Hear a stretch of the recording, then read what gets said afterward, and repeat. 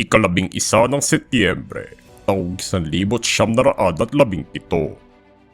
Isinilang si Ferdinand Emmanuel Edralin Marcos, ang ikasampung presidente ng Pilipinas at ang pinakamatagal na namuno sa bansa, kung saan hinawakan niya ang pwesto na mahigit 21 taon at itinatag ang isang otoritaryan na rehime sa kabuuan ng kanyang pagkapangulo. Nag-aral siya ng abogasya sa Maynila, kung saan ipinakita niya ang galing sa larangan ng kanyang ipanalo ang pagpapawalang sala sa pagpatay ng isang politikal na kalaban ng kanyang ama, at kasunod nito ang pagiging bar top-notcher sa parehong taon na iyon. Nanilbi din siya bilang isang opisyal sa hukbong sandatahan ng Pilipinas noong ikalawang digmaang pandaigdig,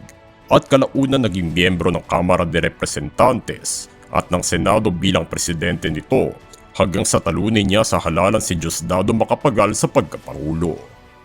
Nagkaroon ng progreso ng pag-unlad ng Pilipinas sa kanyang termino sa agrikultura, industriya, edukasyon at mga pandaigdigang ugnayan, dahilan upang manalo muli siya sa eleksyon at naging unang presidente ng bansa na nanilbi sa pangalawang termino. Sa kabila ng mga ito, umigting pa ang pagtuligsa ng mga estudyante at mga karahasan ng mga gerilya sa kanyang administrasyon, kaya't idineklara niya ang martial law sa bansa upang labanan ito. Naging kontrobersyal ang panahong ito sa kasaysayan ng bansa dahil sa paglaki ng kanyang kapangyarihan upang ipakulong ang mga oposisyon at pagsusminde ng habeas corpus na pinagmulan ng mabigat na kritisismo sa kanya mula sa iba't ibang sektor ng lipunan.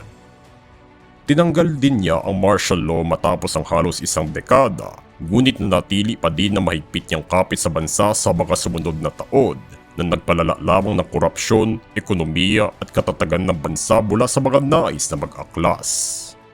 Naging dahilan naman ng kanyang pag-alis sa pwesto ang naganap na People Power Revolution na naging kinahinatnan ng pagpatay kay Benigno Aquino Jr., kasama na din ng kanyang pagkapanalo sa isang snap election laban kay Corazon Aquino, kung saan nakitaan ng pandaraya sa isinagawang halalan.